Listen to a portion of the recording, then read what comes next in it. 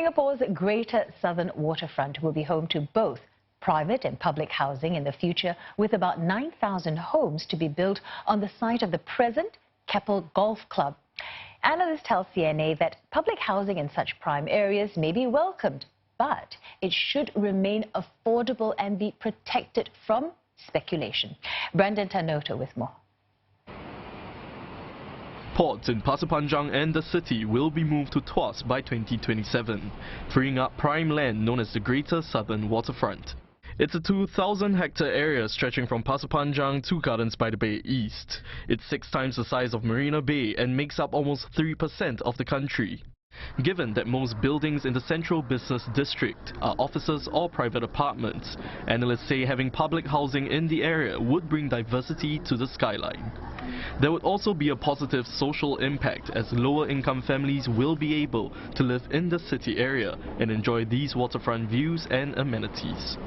I think that is a very good move. When we look into the development of the area, one of the problems we see in certain parts of the world is they focus on only luxury housing or certain groups of housing, and that causes first inequality. By having a combination or a mix of public and private housing is actually a very good strategy to actually encourage more inclusive kind of society and community, rather than actually allocate the entire area for private residential. Then in terms of pricing and the policy, I think you need a careful evaluation to make sure that this public housing still affordable. At the same time, you also want to make sure that this policy must be able to prevent some of this speculative kind of flipping behavior. In fact, National Development Minister Lawrence Wong said in 2016 that one way to make it work is to have different requirements and lease periods for such flats. While the government's plans to redevelop the Greater Southern Waterfront is expected to have an impact on the real estate market, analysts say it's unlikely that we'll see any significant effect over the short to medium term.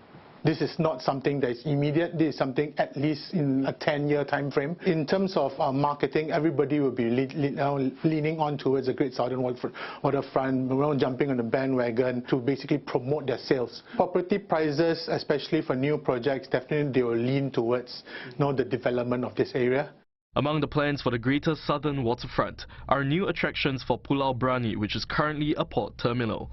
The island will also house a new resort called Downtown South for National Trades Union Congress members.